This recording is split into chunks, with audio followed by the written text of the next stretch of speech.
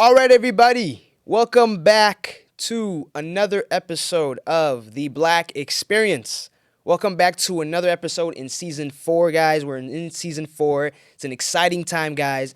If anyone who's in school right now, who's finishing off their winter quarter, I hope finals and everything is gonna go all right next week. I'm definitely busy right now, but I hope everyone is doing well. If you just got work right now, if you're just enjoying your day, whatever time you may be listening to this, I hope you're doing well. Today, y'all, I have a very special guest with me today. Very excited. He is a part of the Western community as a whole, and he is an officer here at Western Washington University. Very excited to do this, guys. So let's put our hands together and let's bring up Officer Terrence Cunningham. How you doing, officer? So far, so good. You said your day just started when I asked you how your day was. Yes. So you work the nighttime shift, is that correct? Yes. Primarily, I work at night, so we work 11-hour shifts. So I come in at 4 p.m. and then I'm off at 3 a.m. Wow. How long did it take you to adjust to that whole nighttime routine? I'll let you know when it happens. So not I'm a, yet. I'm a morning person by design. Yeah. So I used to wake up at 3:30 in the morning, and now Wow. it's when I'm going to bed, so it's a little different. Yeah. It helps me keep my subdued vibe going, constantly being tired. Yeah. Well, I appreciate you taking the time out of your busy and tiresome day to hop on the podcast. It means a lot to me and the community, and I think a lot of people can benefit from this. But Terrence, I want to start with a little bit. Just before we started, we were talking about how you started here at Western 4.5 years ago. But let's rewind all the way if you want to talk a little bit about your background, what life looked like growing up for you, and then the journey coming up here to Bellingham. Um, I grew up in New York. Uh, when I got to be about 20 years old, I was in college, and my dad said, "You need to get a job." And I was in school to be an English teacher. And my dad said, "No, you need to get a job now." So I said, "Okay." Uh, my father was a NYPD sergeant. Yeah. So I have like an aunt who was a judge, um, two aunts that were cops, and my dad was a cop. So, I kind of became the police. Hmm. Uh, when I started, it was right after Rodney King. It was in '93. It was very, very interesting. Yeah. Um, there are a ton of things to balance for me because I was a pretty sheltered kid. I was a little nerdy, kind of awkward. I'm not much different now, to be honest, but um, so after the first couple of years, I figured out that I was actually decent at it, but I was getting shot at a lot. I didn't like that. So I went from New York to Las Vegas in 1998. Wow. And I did a bunch of things there, and I continued to grow in my job, and, eventually I had a family. Uh, I had some stuff happen inside my family, which helped me realize that I didn't want to be doing police work the way I was doing it for the rest of the time that I was going to be doing it. Hmm. And Las Vegas is a great city, and it's fun, and I'm super thankful that I worked there because it helped shape a lot of my thoughts and perspectives. But uh, I said, well, I wanted my kids to finish their growing up Hmm. in a place where there were animals and rain occasionally. They could see a cloud. So after kind of an extensive search, my wife and I kind of came up with Bellingham as a whole. Hmm. So we moved up here in 2019. I retired from Las Vegas, and when Western, after going through the testing process, when they hired me, they said, "I'm good. we moved up here. So I've been up here for 4.5 years, trying to make it happen. Wow, what a journey! Beautiful journey. Uh, I want to go back to the.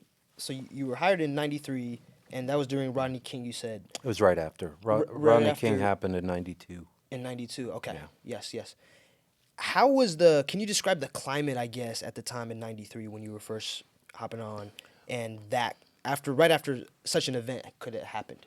Well, New York, where I was working in Queens, which wasn't too far from where I was, where I grew up. It was a little bit different than, say, the things that have happened of late. Another thing that was attractive to me about working at a college is that, especially on this side of the country, oftentimes people don't actually know the police. We are a faceless thing that's out there. Where I grew up, I mean, in my academy, there were almost 5,000 people. Wow. Everybody in New York knows somebody who's the cops. So your perspective on who the police are and what they do as a whole is shaped by the people that you actually know. Because you're like, this person's a good person, this person's a bad person. Because my profession is no different than any other profession. There are lots of super, super people, and there are also some people that have some unfortunate traits. And that's what it was all based on. So for me, coming from a law enforcement family and coming from a community where the police weren't always liked, mostly weren't liked, but were kind of respected back then, it wasn't bad. It really wasn't, because I've gone through life trying to just be myself everywhere I am, whatever space I'm occupying, whatever clothes I'm wearing. I'm just trying to be me. And mostly, even if the couple of times when I was younger, even if somebody came at me with like bad energy, it's kind of hard to keep that up with certain people, and I tend to fall into that category Yeah. where you don't have to appreciate everything that everybody else has done, but I treat everybody like an adult and like a family member. In the academy in New York, they had this whole big thing. The academy was pretty long. It was like 6 months long, and they taught it like college. So we had a thing called social science where we would learn about different cultures, because New York City is a place where you can walk down the street and meet somebody from anywhere in the world. And they wanted us to have an overview of what different cultures were like. Right. But I am not a detail person, I'm more of a main idea person. And the main idea that I got is everything that I do is predicated on some amount of trust from the community. And if I can continue the tradition, at least in my family anyway, of trying to treat everybody like a friend, then I would be less likely to be on television for doing something wrong or having people want to attack me based on my actions. Wow. So that's a long way of saying, um, at the end of the day, from the entire time that I've been the police, it's been challenging based on things that other people have done. But, Yeah. I also can't, like, for me, it's kind of like I've had 30 years of interactions with people, and I try not to take my bad interactions into my next interaction, because in a way it's kind of not fair if I ran into a 21-year-old guy and he's dressed like you and he had done something to me. It's kind of unfair for me to go, okay, so you look the same, similar. Right. I'm going to treat you bad because this other thing happened. You can't really do that. And that's like even here, I know you didn't ask this, but here I've had next to no bad interactions. I've had kids come up and yell and scream at me, Mm-hmm. but it makes me happy in a way because you feel comfortable that I'm not going to do something to you. So if you feel comfortable enough to yell and scream at me, then that means that we can talk. Mm-hmm. You know That's what I true. mean? That is true. Because what we're not looking for, or what I don't look for, is apathy. Apathy is the killer of all conversation and growth. So, like the police, don't like the police. Like me, don't like me. It's okay. Just know that if you need help, I don't care if you uh, call me everything but my name tomorrow Mm. or tonight. Tomorrow, if I see you and you need help, I'm going to help you. Yeah. Because Be- your job is just it's what It's you're more supposed to than do. just, it is my job, Yeah. but what we do as individuals says more about us than anybody else. It doesn't matter what you do. You do what you're going to do. Yes, I'm paid to do a job, but ultimately, there's a human person under these clothes. And for me, I'm like, it doesn't, you can treat and do whatever, however you want to treat and do, but I'm not going to let you change how I interact with everybody. Mm. So, yeah, I'm sorry. I'm No, a no, bit of a that's good. rambler. That's good. You actually got into the next thing I was actually wondering was what is policing like? What are the differences between policing in the East Coast versus what you kind of saw here? And you kind of pointed that out. It seems like people Yeah, are nicer here. well, people are people. So, throughout the time that I've been in the police, it's one of the few jobs that people will introduce you by your job first and not your name, Yeah. or that's Terrence the cop, that kind of thing. Um,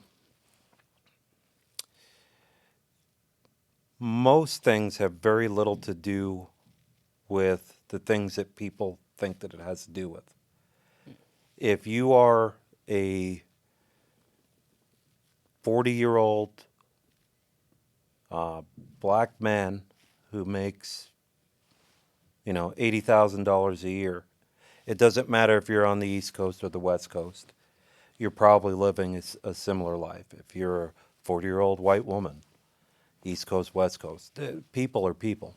Mm. We're all motivated by the same things. We all do the same things. So, yeah, that's why Mm-hmm. when I address people here on campus, I usually will use some variant of young person. And it's not because I'm old and I know everything and you don't know anything.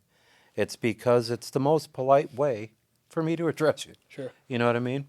And you guys are, by and large, young people. And I Mm-hmm. think it's awesome because you guys are the ones who are going to shape the world. Right. If you look throughout the course of this country's history, all of the movements that are started that stick and work happen by people that are 18 to 22. Mm. And by and large, that's who's here in school. You guys are the ones that are going to shape things because as you get older, like I have the same amount of energy I did when I was a toddler, but my body is bigger and things hurt now. And, there are different things that creep in as you get older Right. that I'm still the same idealist I was as a kid. Mm-hmm. But, and now it's tempered by the world or, your environment kind of tamping down some of your things. Mm-hmm. That is why I love the energy of the people here at school. When I talk about Western, mostly it's in glowing terms because I kind of like it here.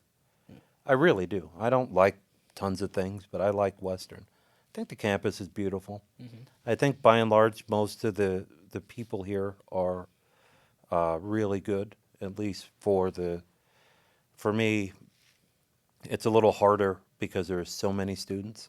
Right. But there are staff that I deal with every day, and there are a lot of really good, caring people here. It doesn't always translate into the best experience for the end user, which would be the students, but there are people that are working on it, which I think is great because none of us are perfect. No organization is perfect. We're all just trying to do the best we can. We're all human, Yeah. and we make mistakes. What was the? Because I know in the beginning, you talked about family being, you just grew up in a family where you saw cops around you, because they were cops. What was the main motivator, I guess, for you to even stepping field into this field? Okay, here's a little brutal honesty. I had no interest in being the police. Zero. Zero interest in being the police. I didn't want to deal with the things that I knew about. Like I said, my dad said, you need to get a job. So I got a job. And the first couple of years I did this, it was just a job. No different than if you work during the summer and you go, I'm going to go work at Lowe's or Home Depot or Right. whatever, and you're like, this is just a job, man. Just a little side job. That's it. Don't bug me. Yeah. I'm like, I have options. I went to college. I have some options. I can do this or that. It didn't turn into a career for me until I delivered my first baby at work, and I said, oh, I need to. There are things I need to know. I could be doing this better because I wasn't giving it my full effort. It was more of what my parents are West Indian. I don't speak like they do because they never allowed it. But they didn't want me to half-ass everything, which is kind of the way that I was going through everything until I delivered a baby at work, not having any idea of really the mechanics of any of it, but having the ability to look and stay calm, it helped. And then after that, it kind of shifted the way that I looked at everything. So there really wasn't like, this isn't something that I dreamed about becoming or something that I planned on becoming. It's something I kind of fell into. And it turned out after a certain point, I realized that it fit a lot of the parts of my personality that I wanted to express. That's therapy talk, man. That's therapy talk. Yeah. I would say this. I was having a conversation with one of my friends who's also in college, and a lot of I can't, obviously I can't speak for everyone, but a lot of our generation or a lot of people around my age have either a big fear towards police or just really hate the police because of, you could say, because of what happened with George Floyd in 2020, with Breonna Taylor, with Ahmaud Arbery, all those instances, Michael Brown. I guess from a cop's perspective, you know, what are some things maybe that you want people to know from a cop's perspective that maybe the public doesn't know about, and how did you interpret those kind of events when they were happening? Okay. So it's a that's like a compound It's a complex compound question. question. It is. Just give me the first part again. I apologize. No worries. What are some things that you want us young people to know from a cop's perspective that you wish we knew, pretty much? Yeah. Well, I wish that people knew how many good people actually do the job. And it's not an excuse for people that do things wrong. It is the hardest thing for me, and especially in doing it for this long, is constantly having to explain why somebody has done the wrong thing. When I was younger, I was a little more aggressive about it than I am now. Now I'm kind of in the, I can't speak for everybody, I can only speak for me. It's very difficult because, like, I'll give you an example that's hyper specific to Western. Most every officer that works in Western is an old person, right? I think our youngest officer is 40 or 41. Wow. So there's not a lot of youthful exuberance. I'm hypersensitive to race and race related things, although I don't show what, you know, I don't show everything, keep everything pretty close, but I haven't experienced anything that would give me pause to feel like, this is a bad place or I need to report somebody to a state commission. I can't speak for every officer everywhere, but I feel pretty good in saying that regardless of what the officers here look like, there aren't people that are looking to just do stuff to you. They're just not. I've been around people throughout the course of my career where I've had to make phone calls and I've had to do things, and those people aren't here. By and large, I have kids, and I've consumed a lot of the media that my kids have consumed because I want to know, well, what are you looking at? Right. My parents never gave a care about what I was doing. I'm Generation X. We kind of get out of the house and go and be away. But I'm a little bit more, I want to know. And I answer a lot of questions in my house about different things. I go, there are parts of the experience, and I will speak about being black and not anything else. There are parts of the black experience which mean that there are conversations that we have to have. I don't have sons, I have daughters, but it doesn't make it any better. What I always have encouraged people to do, and I do that here too, is I say, you're in college to do whatever you're here to do. If you don't know what you want to do, why don't you try doing my job? So the reaction I usually get is, why the would I want to do that? And I say, here's a question for you. Do you think that a letter writing campaign is going to change things? Or do you think that smart, capable, good people need to do a job and eventually get to the point where they can have influence over everything?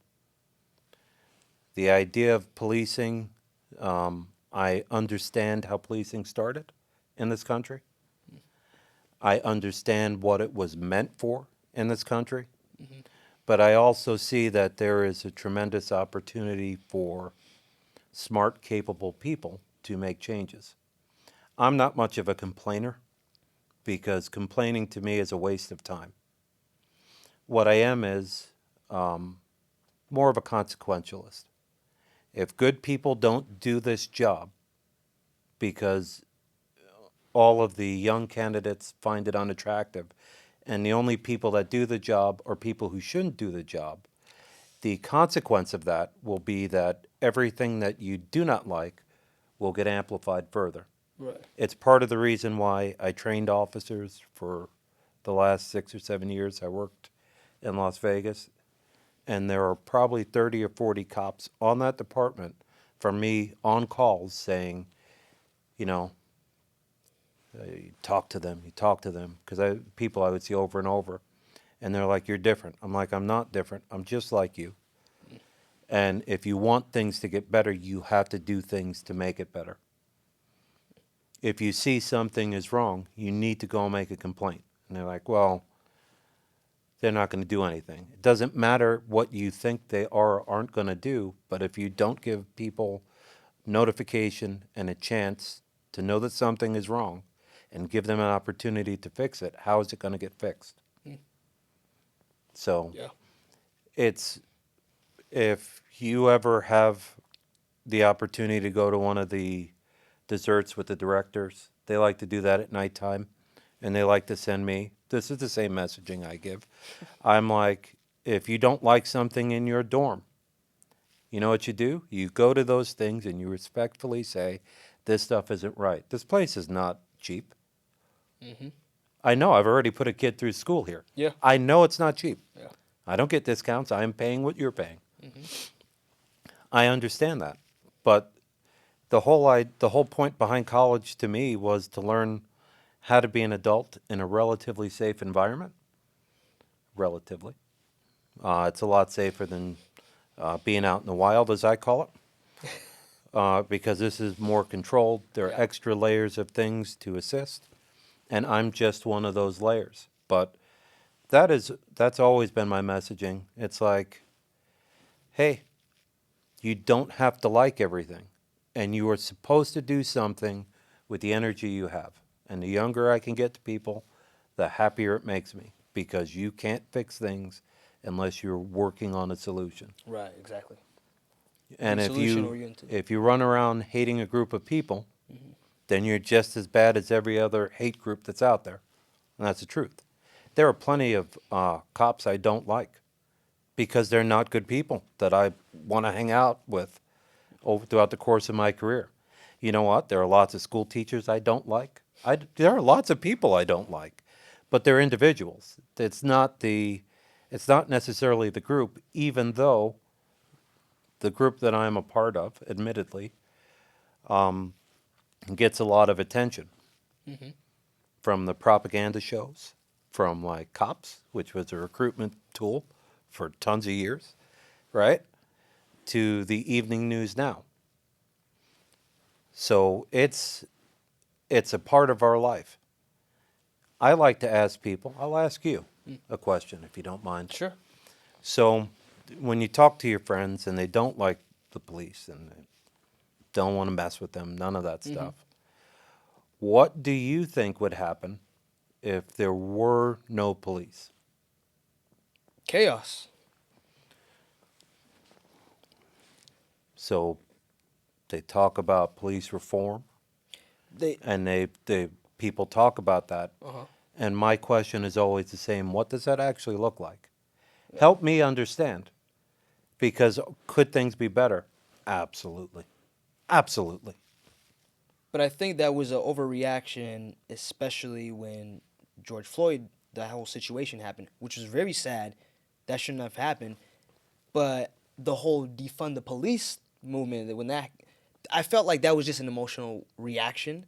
And I don't know how many cities, how many police counties took action on such a thing, but I was not in favor of that just because I think there's better ways to root out the bad apples in a bunch instead of just saying let's not have the police at all.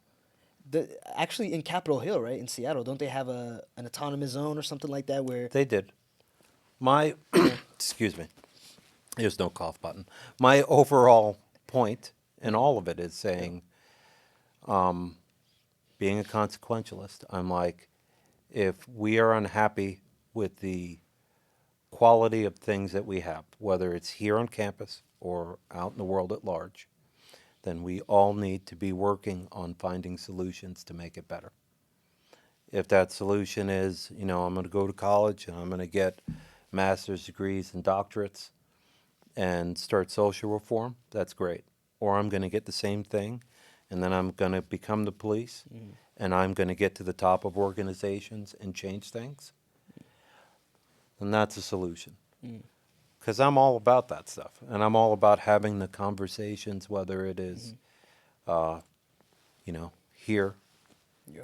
on a podcast or out in Red Square when I'm standing around. Mhm. Because I'll sit in my car for just hours, Yeah. just waiting to engage.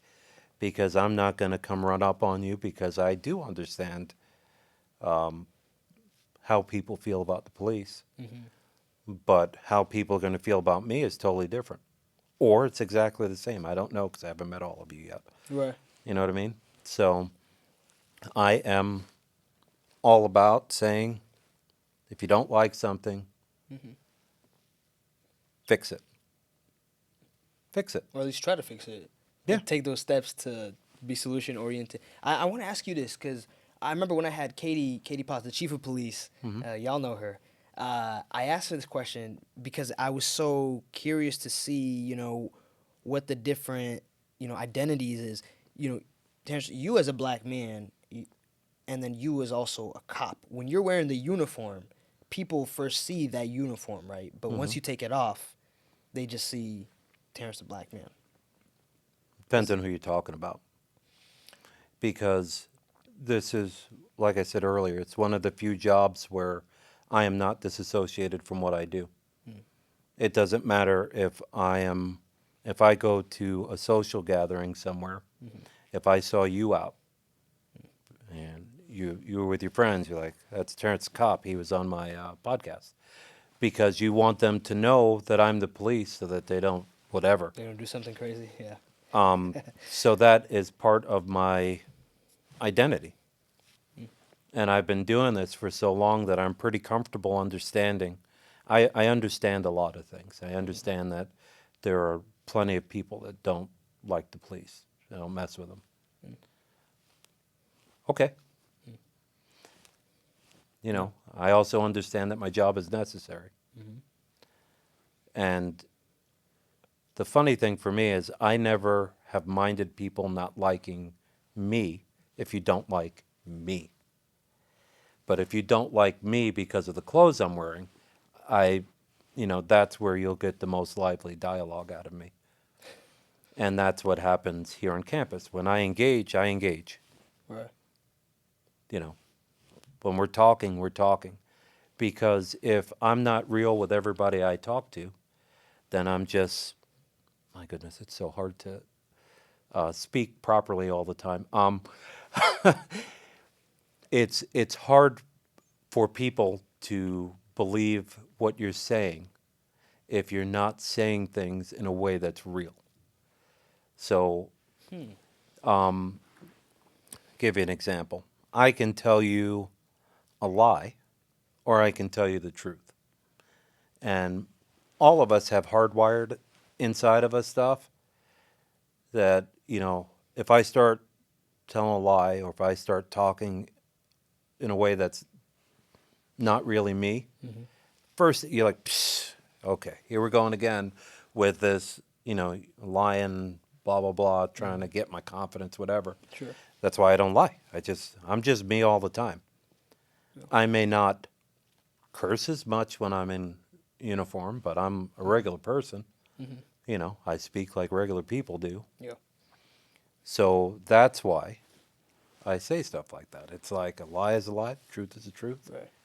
You know, How are you able to be yourself all the time? Because that's a struggle that I think a lot of people have, where it's they want to code switch. They want to change up themselves so that they fit in a certain group, in a certain area, arena, whatever they're in. How, I guess, what advice would you give to someone who's struggling to be themselves? the very best thing that I learned from my parents was to always, and it's really gonna sound corny, but it's the truth, is I always do my best. And if I fail, I fail. Mm. So I want people to like or not like who I actually am instead of me trying to figure out what you want. When I was like a teenager and I wasn't really sure who I was, if I was with this group, I'd act this way, and if I was with that group, I'd act that way. Doing this job has cured me of that, 100%. Within the first 5 or 6 months, Mm-hmm. different old people, because I was 21 when I started, and I was working with people that are my age. Mm. They'd be like, "Stop." I'm like, "What? That's not who you are. You're a nice kid. Stop." I'm like, "I'm not nice." Like, "You're a nice kid. Just stop. Stop trying to turn yourself into something you're not, because all you're going to get is trouble." And it didn't take long before I realized I could just be myself.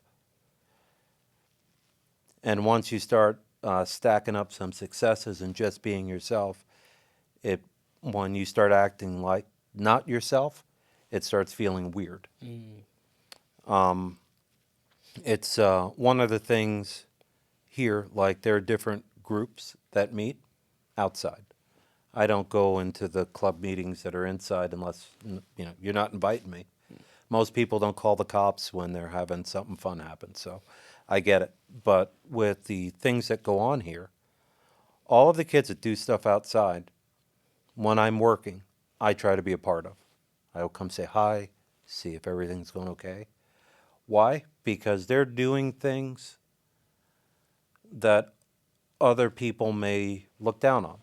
Like when I was in college, if there were a group of kids running around swinging lightsabers or doing some of the other activities, people look down their nose. I'm like, no, these people are just being who they are. As I said earlier, I've never been cool. I've always kind of been a little awkward, kind of geeky. That's my stuff. You know what I mean? Yeah. So it genuinely makes me happy to see people expressing who they are. So it's like, yeah, if you want to learn to be yourself, just be yourself. And if the people that are around you don't want to mess with you anymore, those people weren't for you. Mm. They weren't meant to be. They were only there for a season. Yeah, Yeah. because they're there to teach you something. Right. Everybody comes into your life at a certain point of time to teach you something. Sometimes you're teaching other people things and you don't realize it. But oftentimes, after you're done with an interaction, if you actually think about it, there are things that you have learned that you can take with you. It's one of the things that my kids get tired of hearing me say, but it's the truth because you have to be you. Because if you're never you, then you don't give people a chance to accept or reject you. And if you are a black kid who's 14 years old and cycling's your favorite sport, and there aren't any black people on the TV doing it, and none of your friends are like, they don't care about that. If you don't keep doing your thing, then you will never have a chance of running into people that will accept you because we all are looking for is some kind of commonality Right. to feel connected to something. Yeah. So just be you, whatever that means. Yeah. And I'm assuming that that's what, like, when you came up here to Bellingham and to Western specifically, you don't see a lot of black people. You don't see a lot of people that look like you. Um, did that bother you at all, or were you just like, oh, it is what it is? Is what it is. That's the way policing is not an overly black endeavor. So even New York, it was a very healthy mix. It looked like the United Nations, our graduating class. In Las Vegas, less so. And when I moved up here for the Equivalency Academy, there were only like 30 people in the room, but it's just me. I've kind of grown accustomed to that Yeah, because I'm not going to stop being me no matter who's there. So, that's it. like, we spoke a couple times before today. I'm pretty sure I don't sound any different now than No, I. you don't. And if you see me out in the wild, as I call it, out in the street, you know what's going to happen? Same thing. So people are allowed to accept or reject whatever it is they want to accept or reject. Now, if I, let's say, caught you at like a karaoke place, now then would you be a little bit different if you're like, got a mic, you're singing a Michael Jackson or some kind of song? No, because I would be singing exactly the way I speak, so it wouldn't sound like him. That's awesome. Terrence, what brings you excitement?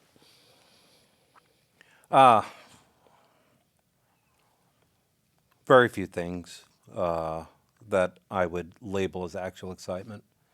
I like watching my kids do things that bring them joy, whether it's theater stuff or playing instruments, stuff like that.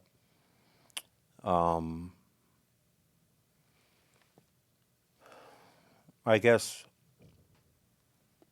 climbing mountains on bicycles, Wow. being a heavier fella.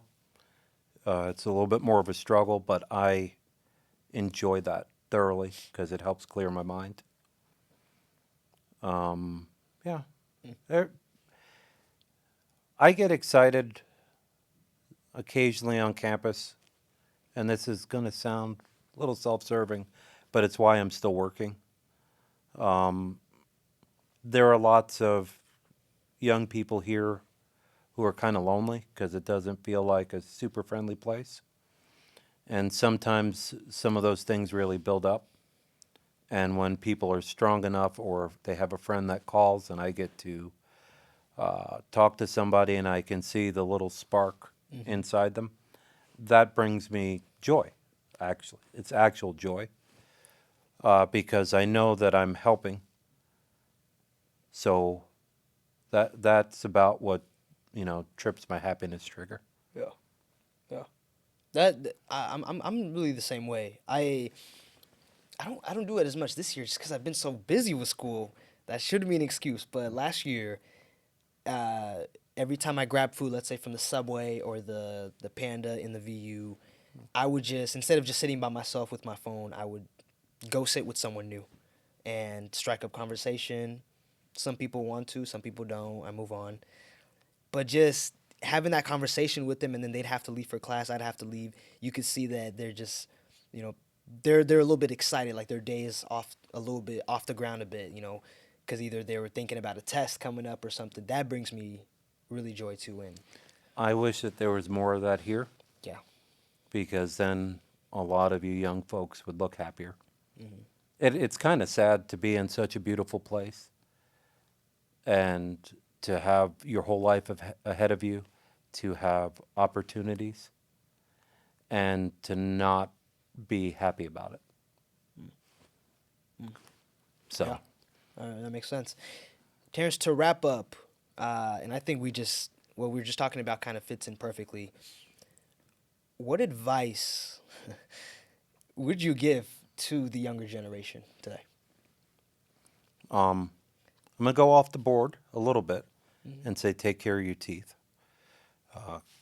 You don't want to get old and have bad teeth. But also, the main thing is try to love each other because there are plenty of excuses and there are plenty of problems in life. But a little kindness and empathy towards the people that are around you goes so far in ways that you would never even realize. Um, I think that's more than anything else. Just try to show each other a little kindness and have a little grace with yourself because nobody's perfect. You're not going to be perfect from the second that you start doing something. Um, there are a lot of bumps and bruises along the way to knowledge and to life. Hmm. So just show yourself a little grace. Beautifully said. Thank you, Officer Terrence, for hopping on the podcast. Hope y'all enjoyed that episode, y'all. I took away a lot from it. Love yourselves, love others. It's such a beautiful place, and let's be there for other people. It's tough, and like I said, with finals and with school going on, everyone has a lot on their plate. But I just hope y'all were able to take away what Officer Terrence said and implement it in your lives. And without further ado, y'all, stay tuned for more awesome episodes as we roll on. Until next time, guys. Peace.